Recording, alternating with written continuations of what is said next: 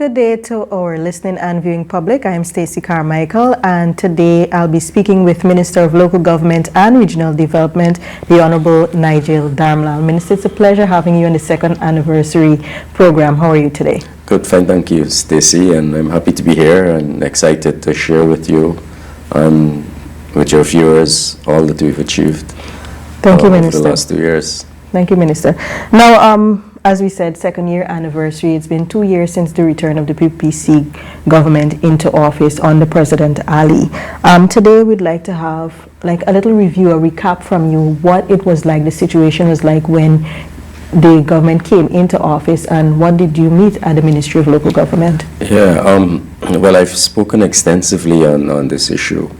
Local government and regional development is very important in a country's progression. When we got into government in 2020, August 2020, I actually went to office on the 6th of August after having been sworn in on the 5th. And immediately gone through the office trying to sort things out. I was met with just a clerk. There was no paperwork left in the office. There was no historical evidence of anything being available.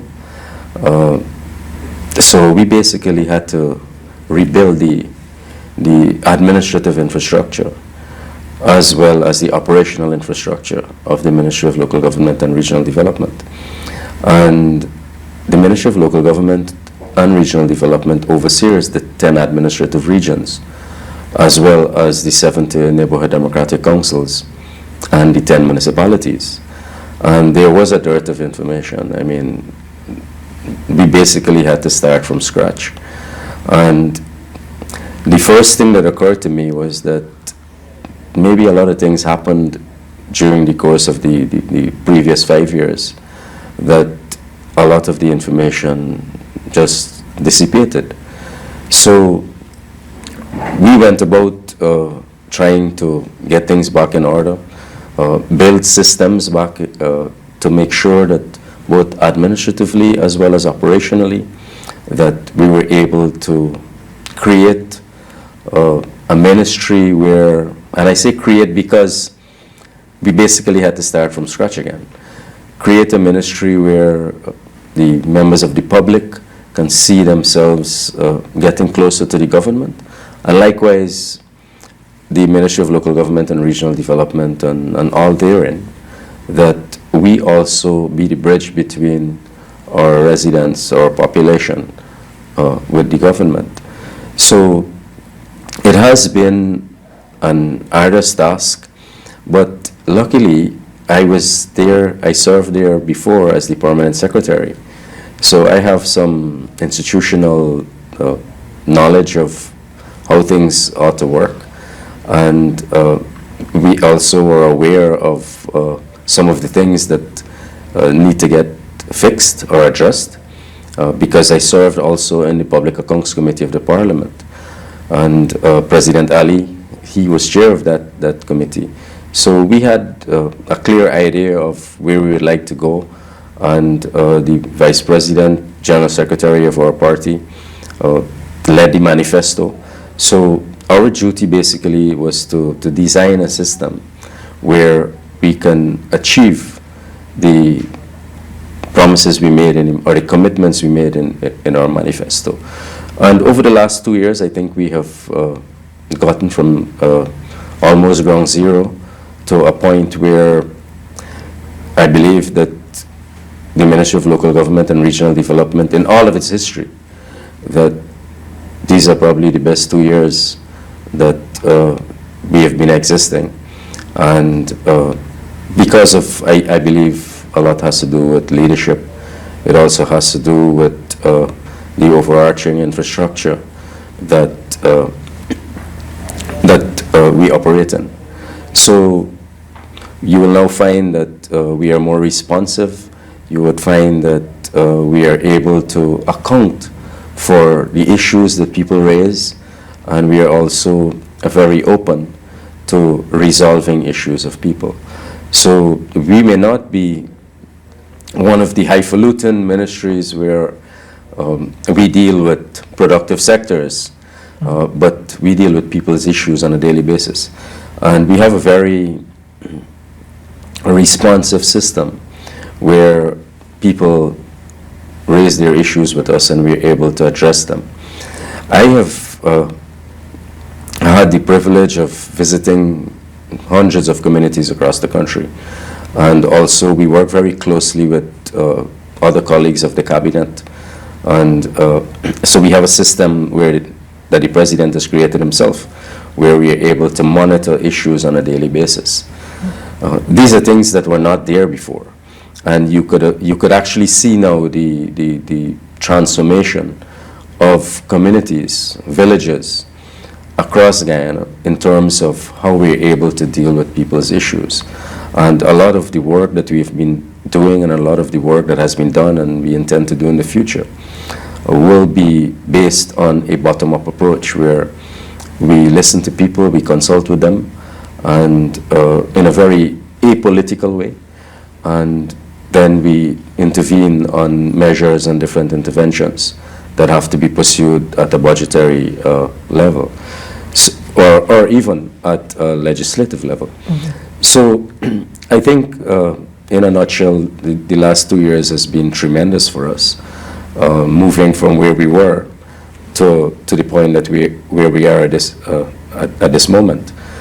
I have had many interactions with staff. As a matter of fact, we believe strongly too that we have to create an environment for people to work in. And our president has been adamant that we have to make sure that staff feel comfortable. And in modern management, there is a school of thought that even whilst we focus so much on client relations, we also have to have the people who actually execute client relations be at a stage that they're able to be efficient and effective. So we have been investing a lot in terms of building the institutional and human capital of the ministry and the agencies that are part of the ministry, the 10 administrative regions, the 70 NDCs, and the 10 municipalities.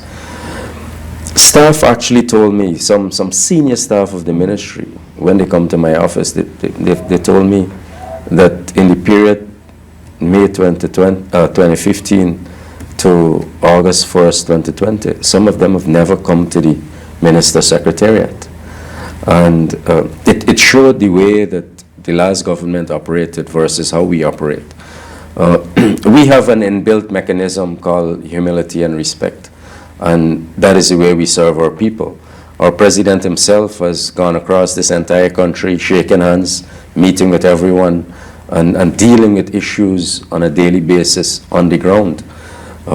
What we inherited was not a system, but an atmosphere where there was a lot of, how do I put it simply? We inherited an atmosphere where people feel very dislocated or removed from serving people. So moving forward, I think that we have still a lot more work to be done, because every day people's issues become prevalent. There is always a pothole to get fixed. There is always a drain to get clean. There are always neighbors who have issues with each other that we have to deal with. We also have to continue to fix our schools. We have to make sure that we fix our regional health facilities, deal with the regional infrastructure. All of these things I think are incredibly important, and we have been steadfastly working towards making sure that we get to a point where our people can be comfortable. Thank you, Minister. Now, you've said a lot, Minister, as it relates to what you met and the system that was put in place to ensure that programs, projects are run smoothly. Now, one of the projects that I'm sure a lot of people would be interested in know about is the Community Enhancement Program. Now, not only is that program benefiting the communities, the aesthetics, but it's also creating employment for persons within the respective NDCs and communities across Guyana in 10 administrative regions. Could you give us an update? How has that project been going over the past 2 years? Yeah, well, that project actually has an incredible history. It actually started when President Ali was the Minister of Housing and Water. I think during his first few months, as Minister of Housing and Water at that time, started this program where enhancement workers, through a program called the Community Infrastructure and Improvement Program, since, as I said, President Ali was the Minister of Housing. So he has a lot of interest, keen interest, in making sure that communities are transformed, not just in an aesthetic way, but also in a way that people have ownership of their communities. And so over the last 2 years, we've been going around. We've practically went to all the villages of Guyana with this initiative that everyone must be involved in taking care of their environment, taking care of their aesthetics, as you said, of their even their practical surroundings, and also to make sure that the infrastructure, the limited infrastructure in some cases even, that those are optimized as well. So I think it is a successfully run program so far. We intend to intensify the program and also to expand it even further. For the first time, we are now in parts of the hinterland. But outside of just the physical benefits of this program, as you said, there are also other benefits, a lot of it non-tangible, where people get employed. So they earn $35,000 per month, but they only work 8 days per month or 16 half days per month, taking care of their communities. And that has also allowed the village economies across the country to evolve. One of the things that we have found a lot, that there was not enough earning in communities. This is a commitment that our president made in his manifesto to the country, that we have to have more economic activity within our communities. And so the enhancement program is touching $1 billion per year. And then we also have some infrastructural programs.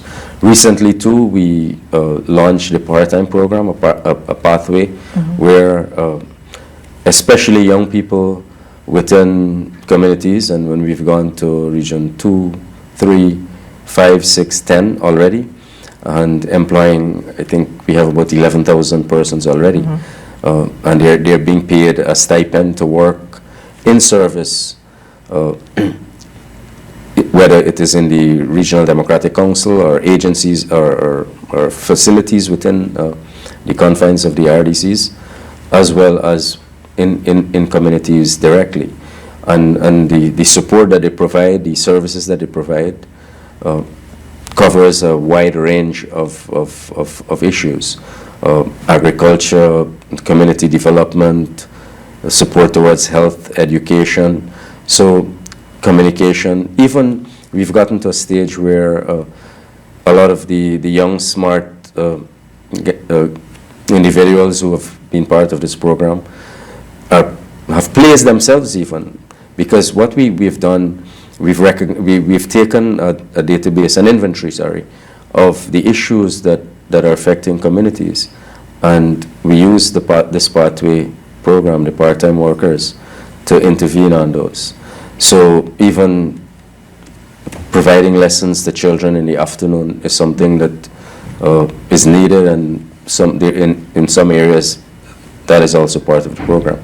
We also have a lot of older people, especially the elderly people in our communities, who need help. Some people need even just psychosocial support, somebody just to listen to them. So we also provide that type of welfare support as well. So, and I think that is an initiative which is very transformative, in the sense that it focuses on the non-tangible development of our communities. And that is something that we believe is a signature as part of the vision of President Ali to transform our communities. Thank you very much, Minister. In terms of the part-time job initiatives, I know that several regions, you mentioned them before, the Vice President had gone across the country to launch these initiatives, and he may have started out with one figure, and then the applications came in and he decided to revise that figure and increase. How has that been going? Have there been additional requests from persons to join the program? Because I know, you know, some persons would have expressed that interest at these various outreaches. Yeah, actually, in every region that the Vice President went to launch the program, we've had to double the number of persons who have come on board. And every day we still get requests that someone else or many others would like to join the program. And like I said, I think is a tremendous initiative. And it will also, a lot of the things that we criticize in government, or whether at the central, regional, local level, we are now able, as the part-time workers, speaking in the third person, that we are now able to be the change in making sure that the services are better provided, but at the same time that the response to those services coming from the government is confined to dealing or addressing with issues in a very strategic way, even and in some cases in a tactical way. But I think that what is even more important, this program will see billions of dollars back into communities. There's more money to spend, and so you're going to see more businesses, especially small businesses, evolving in these communities. When you have a region that, like for example in Region 2, which is heavily dependent on agriculture, and specifically rice, that we have 2,000 young persons earning $40,000 per month for 10 days. That is $80 million per month into the economy. It's almost $1 billion per year. And you take that to rural Berbice, and you take that to Region 10 as well.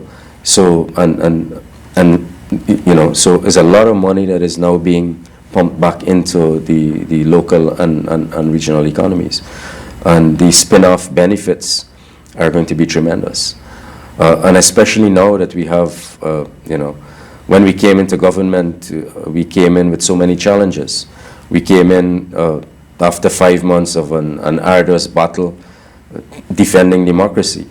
We came in with COVID rampant. We came in with an economy that was in ruin. We came in with a government structure or bureaucracy that was almost non-functional. So it was a lot of work for us to get back these systems going, to make sure that the wheels of government, that there was enough grease to make sure that the wheels were turning very smoothly and freely. But I think even beyond that, what we are doing, the way we relate to people, I think that is something that needs to be publicized more. Our access to people and people's access to us, that the president, the vice president, the prime minister, even just last weekend we were in Melanie with the prime minister, leading delegations of the cabinet across the country. That is something that has not been done for a very long time. And so now people are able to get their issues attended to. And I think that you are going to see much more of this being done in the future. So far, even in the regions, we have increased, because people's issues have to be addressed, all the regions, their budgets have increased massively. Within the local government and regional development gamut. In 2021, because 2020 we basically had an emergency budget which was just for 3 months. In 2021 we had a budget that amounted to close to $52 billion across the 10 regions in the ministry.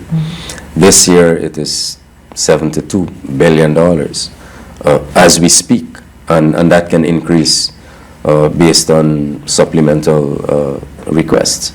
So, and that shows that a lot did not happen for people between 2015 May and August 1st, 2020 at the community level. And so a lot of investment is being placed on making sure that the little issues, the irritants, the things that irritate people, that we are able to deal with. Solid waste management is also one of our issues that we have to deal with, and we have been steadfastly working on making sure that, and even the president himself has been leading this effort. In January of this year, His Excellency led a countrywide exercise. Just last month, the same committee managed another countrywide exercise, and we actually have this cleanup thing going on every month now until people become accustomed to keeping their place clean. We have prosecuted a few individuals for wanton disposal of garbage, and you can actually see the country being different, much cleaner. We have a lot more work to do, but as long as people start taking ownership of their communities and of their environment, I believe the sky is the limit for our country. Great, Minister. I'm glad you mentioned solid waste management, because I had listed it as one of the projects that we would examine. But in the interest of time, I know we're crunched with time and there's so much that has been done under your ministry. What are some other major accomplishments for the ministry thus far? Yeah, well, one of the other sore areas that we deal with, markets around the country. So we are currently rehabilitating the Monrepo market, which is one of the significant markets, and we are doing Porica. The first phase of charity has been complete. We intend to visit the other areas of the country and also to regularize many of these community-based markets. City Hall is a major investment for us. Yes. And we're spending, so far, we have budgeted or contracted already $780 million for the restoration of City Hall. That is an iconic historic structure in our city. And it was actually in the first cabinet meeting of President Ali, he decided that we were going to focus on City Hall and restore it and put it back to its pristine glory. So these are some of the tangible things that you can see. We are doing a few secondary schools across the country. Abrams-Will Secondary in Region 2. We are also doing some dormitories in the hinterland. We are extending quite a lot of the schools across the regions, both primary and secondary schools. We have done, I think, about 22 new schools already, which is much more than what the last government did in 5 years. And as a matter of fact, between 92 and 2015, we did over 800 new schools in the country. So this is an investment in education that we have, is a part of the philosophy of the People's Progressive Party Civic in terms of the way we see development moving forward. The interventions on health, and I suspect the Minister of Health would have already spoken to you about health. Actually, regional health and education are also under the purview of the Ministry of Local Government and Regional Development. So fixing the schools, making sure that there is enough furniture, making sure that the services out of the schools, at your community hospitals, regional hospitals, health centers, health posts, those are, I don't know, but they're part of my responsibility too. So we have been working to make sure that we are able to get all of these institutions up to date. An important issue that I need to raise with you as well.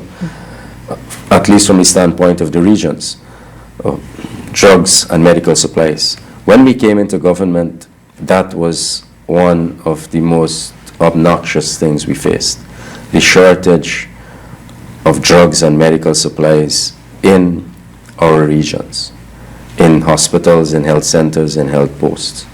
And it was deliberate because at the Higgs-Bosch sanitary landfill, 2020-2021, the last government, we met over $1 billion worth of spoiled drugs at the Bond and Diamond that we had to dispose of last year and towards the end of 2020.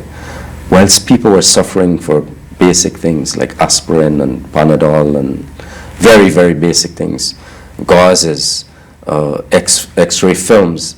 These are like essentials that are, or I don't know the correct term, whether it's essentials or non-essentials, but these are basic items that ought to be in a hospital.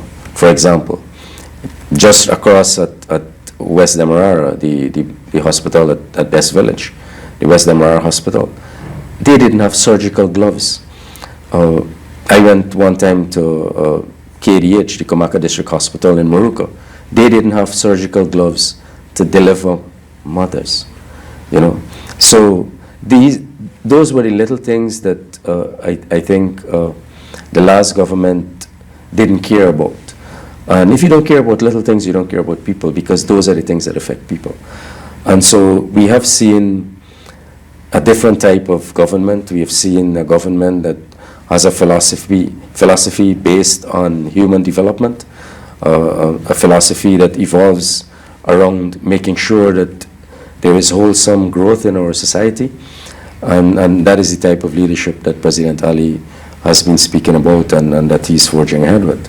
His platform of One Guyana, I think that with all that we have done across communities, working with people, making sure that everyone gets benefit.